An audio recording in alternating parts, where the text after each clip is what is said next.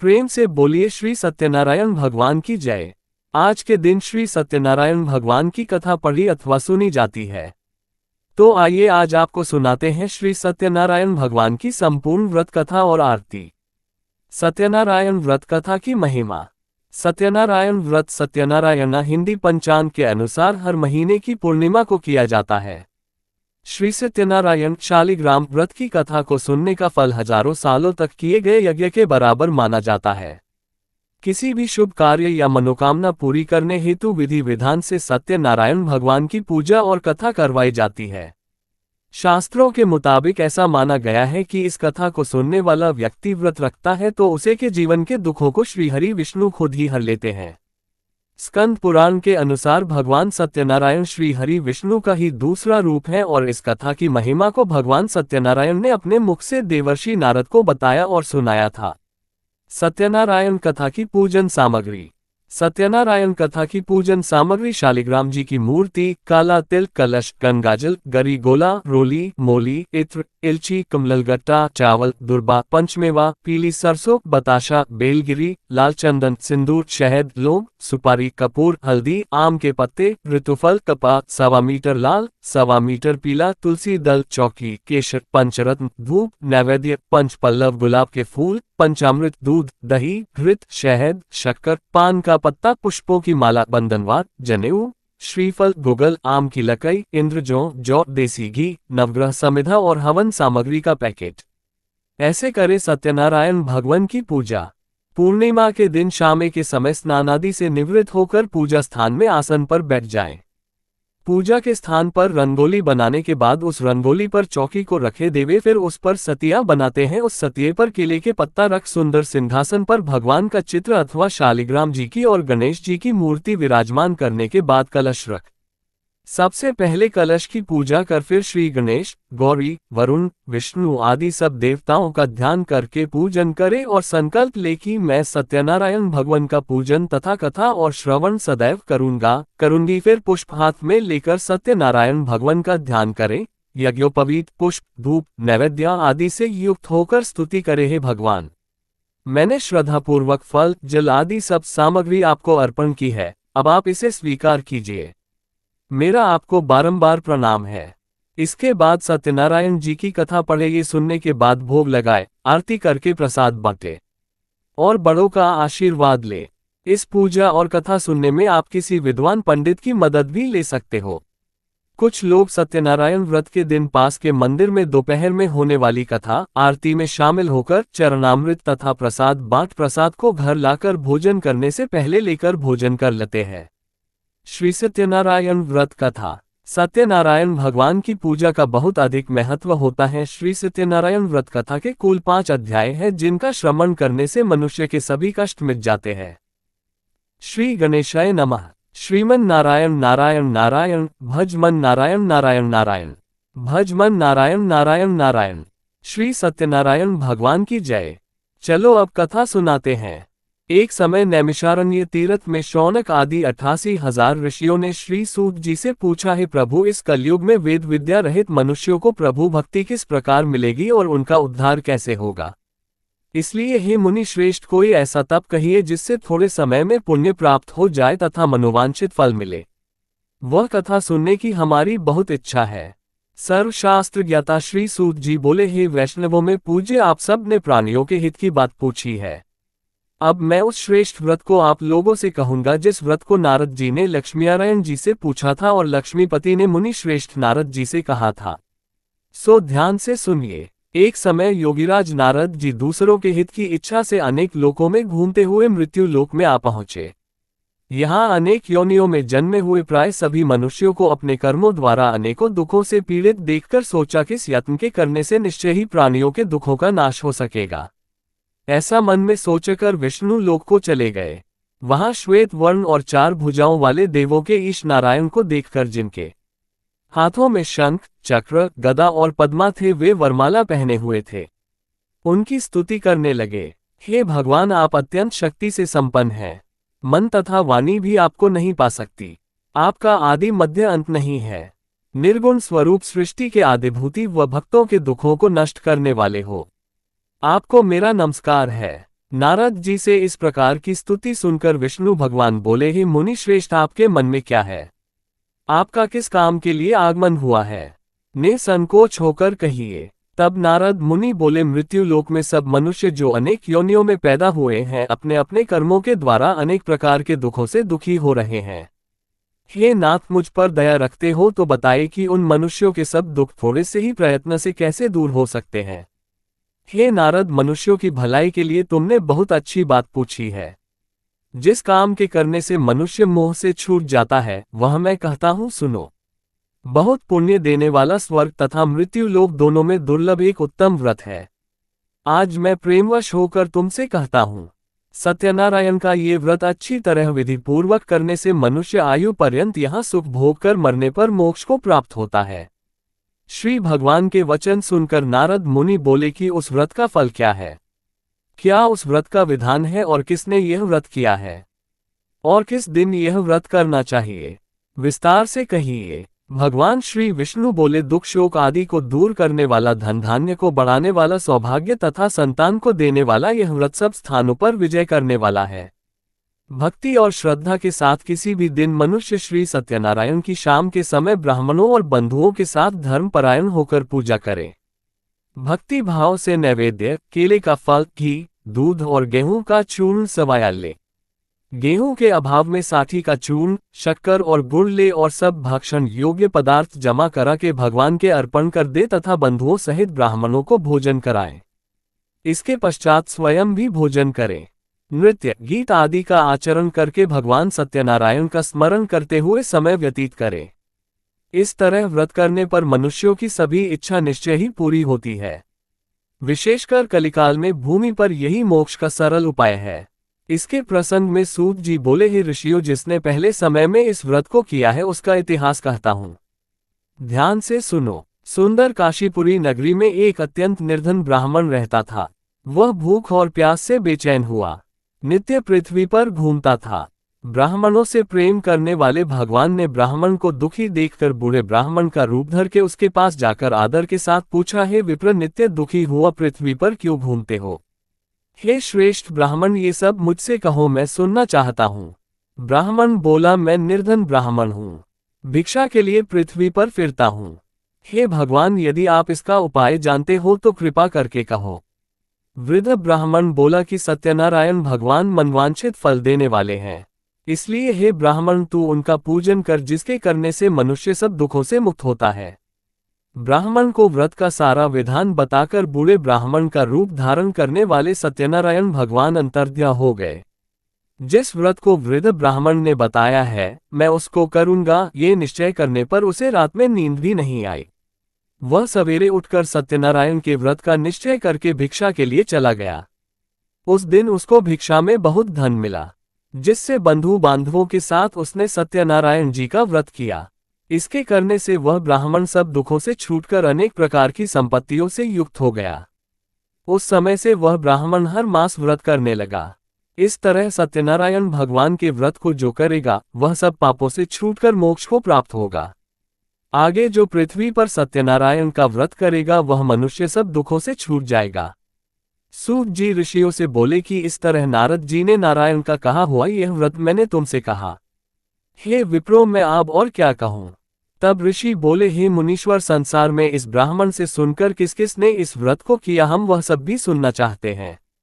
इसके लिए हमारे मन में बहुत श्रद्धा है। सूत जी बोले, हे मुनियों, जिसने इस व्रत को किया है वह सब सुनो। एक समय एक ब्राह्मण धन और ऐश्वर्य के अनुसार बंधु बांधवों के साथ व्रत करने को तैयार हुआ। उसी समय एक लकड़ी बेचने वाला बूढ़ा आदमी आया और बाहर लकड़ियों को रखकर ब्राह्मण के मकान में गया।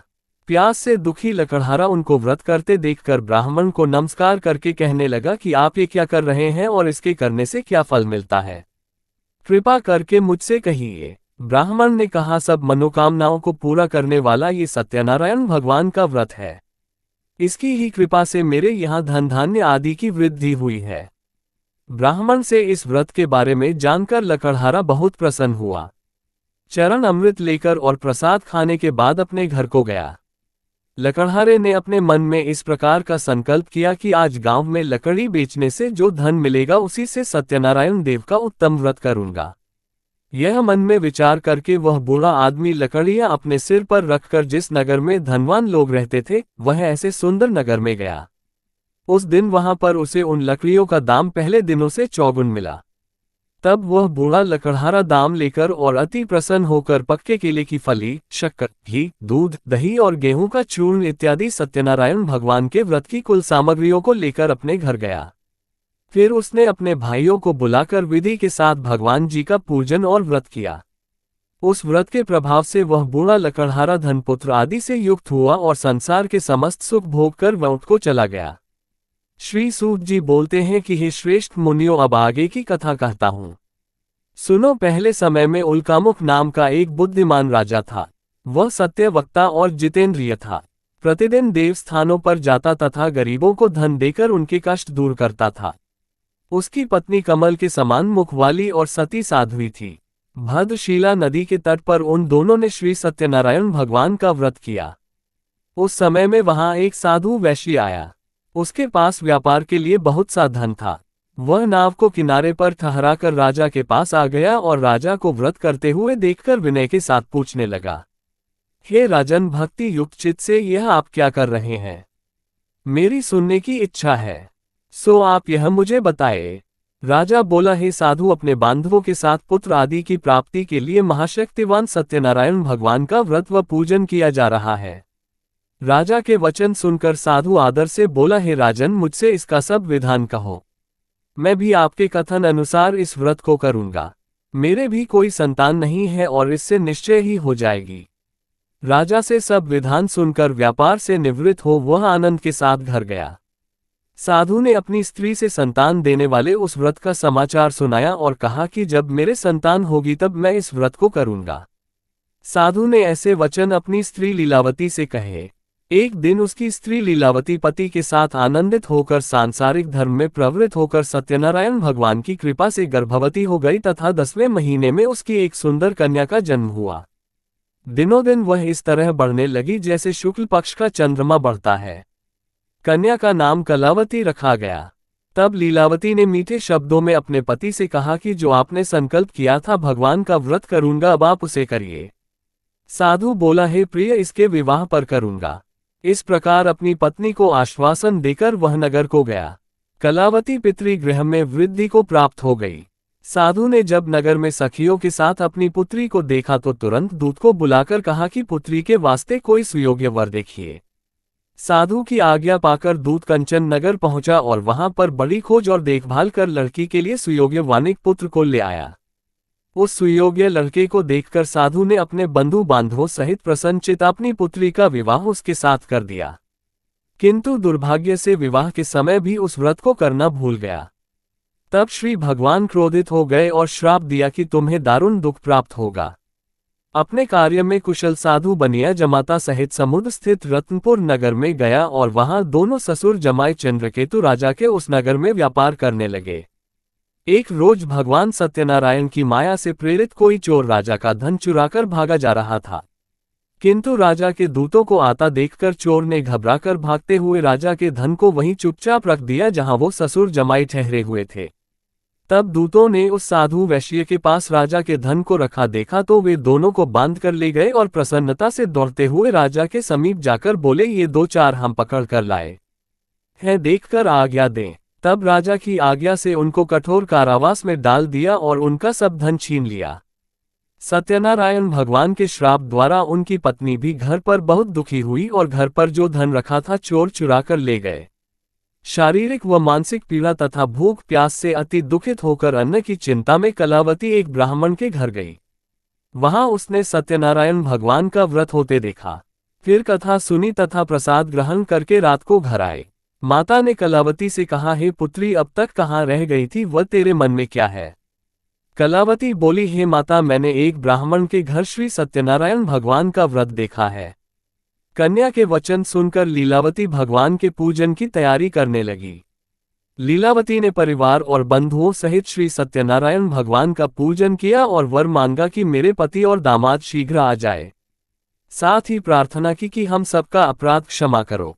सत्यनारायण भगवान इस व्रत से संतुष्ट हो गए और राजा चंद्रकेतु को स्वप्न में दर्शन देकर कहा, हे राजन, दोनों वैश्यों को प्रातः ही छोड़ दो और सब धन जो तुमने ग्रहण किया है वह दे दो, नहीं तो मैं तेरा धन, राज्य, पुत्र आदि सब नष्ट कर दूंगा। राजा से ऐसे वचन कहकर भगवान अंतर्ध्यान हो गए। प्रातःकाल राजा चंद्रकेतु ने सभा में अपना स्वप्न सुनाया। फिर दोनों वानिक पुत्रों को कैद से मुक्त कर सभा में बुलाया। दोनों ने आते ही राजा को नमस्कार किया। राजा मीठे वचनों से बोले, हे महानुभावों, भावी वश ऐसा कठिन दुख प्राप्त हुआ है, अब तुम्हें कोई भय नहीं। ऐसा कहकर राजा ने उनको नए नए वस्त्र आभूषण पहनाए तथा उनका जितना धन लिया था उससे दुगना धन देकर आदर सहित विदा कर दिया। दोनों वैश्य अपने घर को चले गए। सूत जी बोले, वैश्य ने मंगलाचार करके यात्रा आरंभ की और अपने नगर को चला। उनके थोड़ी दूर निकलने पर दंडी वेशधारी सत्यनारायण भगवान ने उनसे पूछा, हे साधु, तेरी नाव में क्या है?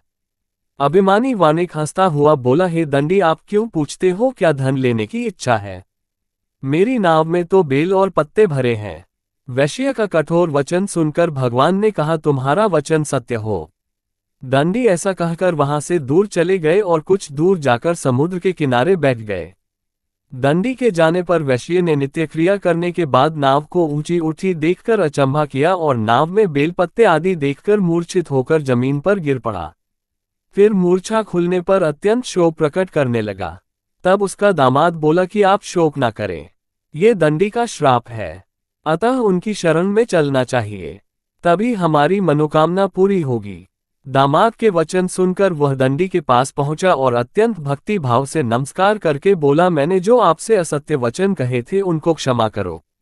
ऐसा कहकर महान शोकातुर होकर रोने लगा।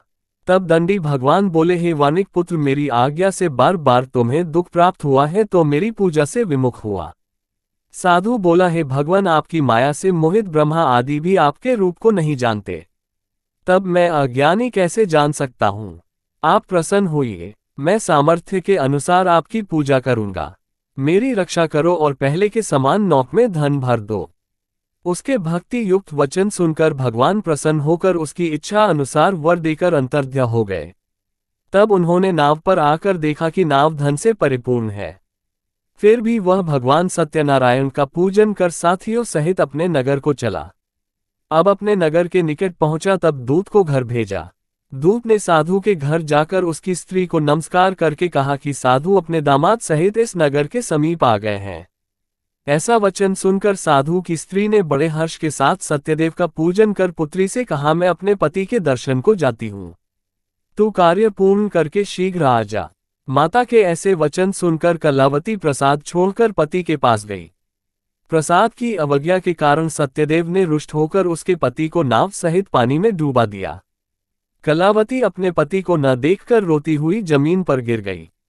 इस तरह नौक को डूबा हुआ तथा कन्या को रोता देखकर साधु दुखी होकर बोला, हे प्रभु, मुझसे या मेरे परिवार से जो भूल हुई है उसे क्षमा करो।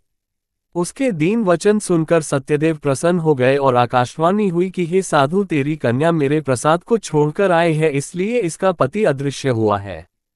यदि वह घर जाकर प्रसाद खाकर लौटे तो इसे पति अवश्य मिलेगा।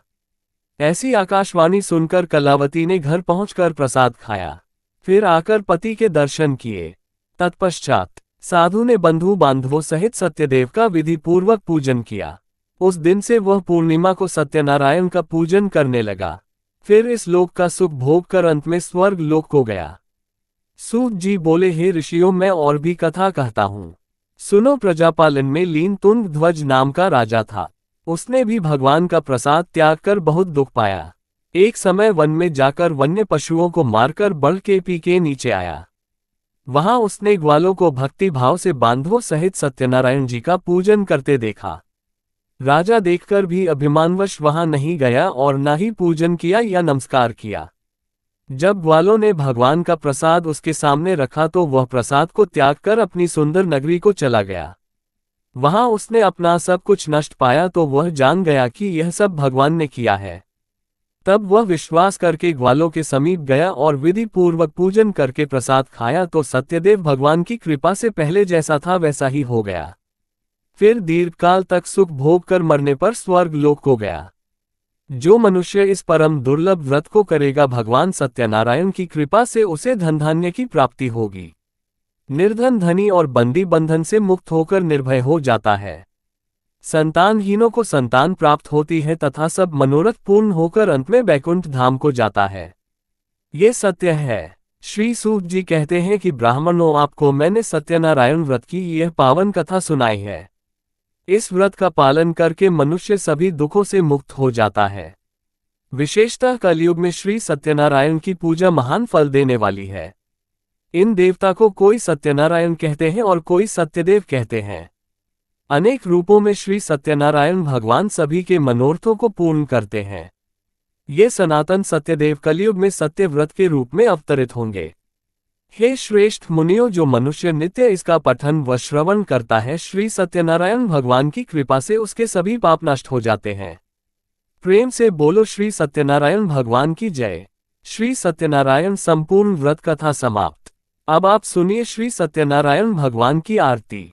जय लक्ष्मी रमना स्वामी, जय लक्ष्मी रमना सत्यनारायण स्वामी, सत्यनारायण स्वामी जनपातक हरना, जय लक्ष्मी रमना रत्न जड़ित सिंहासन अद्भुत छविराज स्वामी, अद्भुत छविराज नारद करत निराजन, नारद करत निरा घंटावन बाजे, जय लक्ष्मी रमना प्रगट भई कल कारण, द्विज को दर्श दियो स्वामी, द्विज को दर्श दियो, बूढ़ो ब्राह्मण बनकर कंचन महल कियो, जय लक्ष्मी रमना दुर्बल भील कटा ठारो, जिन पर कृपा करी चंद्रचूर एक राजा तिनकी विपत्ति हरि, जय लक्ष्मी रमना वैश्य मनोरथ पायो, श्रद्धा तजदी स्वामी, श्रद्धा तजदीन सुफल भोग्यो, प्रभु जी फिर स्तुति की, जय लक्ष्मी रमना भाव भक्ति के कारण छिन छिन रूप धरियो स्वामी, छिन छिन रूप धरियो, श्रद्धा धारण की तिनको काज सरियो, जय लक्ष्मी रमना ग्वाल बाल सन राजा, वन में भक्ति करी स्वामी, वन में भक्ति करी, मन वांछित फल दीनो दीन दयालु हरि, जय लक्ष्मी रमना चढ़त प्रसाद सवा, कदली फल मेवा स्वामी, कदली फल मेवा, धूप दीप तुलसी से राजी सत्य देवा, जय लक्ष्मी रमना सत्यनारायण जी की आरती। जो कोई नर गावे स्वामी, जो कोई नर गावे, तन मन सुख संपत्ति मन वांछित फल पावे, जय लक्ष्मी रमना। बोलो जय लक्ष्मी रमना, प्रेम से बोलिए श्री सत्यनारायण भगवान की जय हो। आज की कथा कहानी अच्छी लगी हो तो वीडियो को एक लाइक जरूर करें और कमेंट बॉक्स में विष्णु भगवान की पूजा जय जरूर लिखें और हमारे हिंदी स्टोरी चैनल को सब्सक्राइब जरूर करें।